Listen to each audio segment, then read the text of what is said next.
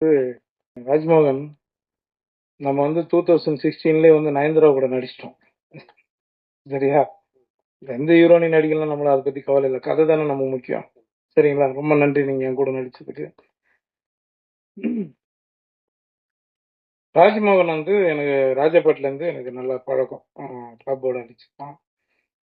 அதுக்கு முன்னாடி நான் அவர் அண்ணா சுப்பிரமணிய சிவா சொன்ன மாதிரி ஒரு ஆற்காடு பக்கத்துல ஒரு கிராமம். அந்த கிராமத்துல எங்க தாத்தாவோட பூர்வீகம். நாங்க பிறந்ததெல்லாம் எல்லாமே சென்னை வாசி தான். நாங்க எல்லாமே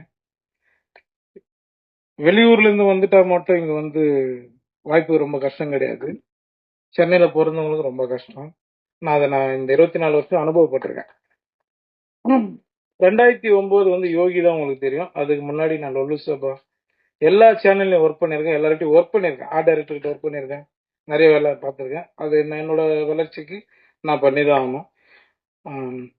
ராஜ்மோகனை பற்றி நான் சொல்லிடுறேன். அதோட சொல்லிட்டு முடிச்சுக்கலாம். என்கிட்ட ஒரு முறை கதை சொன்னான். கதை சொல்லிட்டு அதுக்கப்புறம் கொஞ்ச நாள் காணாமல் போயிட்டான். இப்போ நான் என்னோட ஆஃபீஸில் உட்காரும் போது ராஜ்மோகன் ஞாபகம் வந்தது எனக்கு. இவன் என்ன பண்ணுறான் அப்படின்ட்டு ஒரு நாள் ஃபோன் அடித்து கேட்டேன். ரொம்ப ஒரு 3 வருஷத்துக்கு மேடம், ஒரு 3 வருஷத்துக்குள்ள 3-4 வருஷத்துக்கு அப்புறம் நான் அவனுக்கு ஃபோன் அடித்து என்னடா பண்ணுற அப்படின்னா, ஆனால் இது மாதிரி ஒர்க் பண்ணிட்டு இருக்கேன் சினிமா கொஞ்சம் அப்படின்னு. வாடா படம் பண்ணலான்னு சொல்லி கூப்பிட்டு அதுக்கப்புறம் தான் மீட் பண்ணோம். அப்படிதான் இந்த படம் ஆரம்பித்தோம். சரிங்களா? இது இது மாதிரி நிறைய டைரக்டர், அசிஸ்டன்ட் டைரக்டர் எல்லாருக்குமே நான் ஹெல்ப் பண்ணுறதுக்கு ரெடியாக இருக்கேன். வாங்க, கரெக்டாக பண்ணு. சரிங்களா? எனக்கு வாய்ப்பு கொடுத்ததுக்கு ரொம்ப நன்றி. தேங்க்யூ.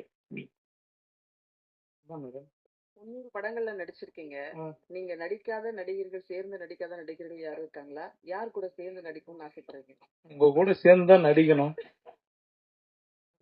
அதுக்கப்புறம் நம்ம நண்பர்கள் நிறைய பேர் கேள்வி கேட்பாங்க.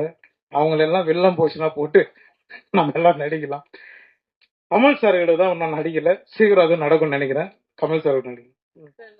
படங்கள்ல நடிச்சதுக்கு உங்களோட தெய்வ பக்தி ஒரு காரணம் எடுத்துக்கலாமா? அது நான் தான் எடுத்துக்க முடியும். பாக்குறேன், நீங்க எப்படி எடுத்துக்க முடியும்? தெய்வ பக்தின்றது எல்லாருமே எல்லா மதம் எல்லாரும் ஆளுங்களும் எல்லாரும் அவங்க கும்பிட்டு இருக்காங்க. அவ்வளவுதான். நான் முருகனை வேண்டேன். எனக்கு பெரிய நம்பிக்கை இருக்குது. அதனால கடவுள் என்னை காப்பாத்துறான். அவ்வளவுதான். 300ன்றது ஒருவேளை அதிகமா சொல்லலாம், 3000 கூட ஆகலாம். ஹீரோயின் பத்தி 2 வார்த்தை சொல்லுங்க. ஹீரோனி தான் சிவிட்டு ரிவிட்டு போயிட்டாங்க. ஹீரோனிக்கு எனக்கு என்னங்க இருக்குது? நான் என்னங்கன்னா நான் எந்த ஃப்ரேம்ல நின்னாலும், இப்ப நான் என் தம்பி ஷான் சொன்ன மாதிரி தான், எந்த ஃப்ரேம்ல நின்னாலுமே எனக்கு காமெடினா தான் முதல்ல நான் அந்த முகத்தை காட்டிடுவேன். ஏன்னா அந்த காமெடி தான் எனக்கு சோறு போட்டுருந்தது இன்னைக்கும். அதனால லீடு கதைக்கு நீங்க யூஸ் பண்ணீங்க, காமெடி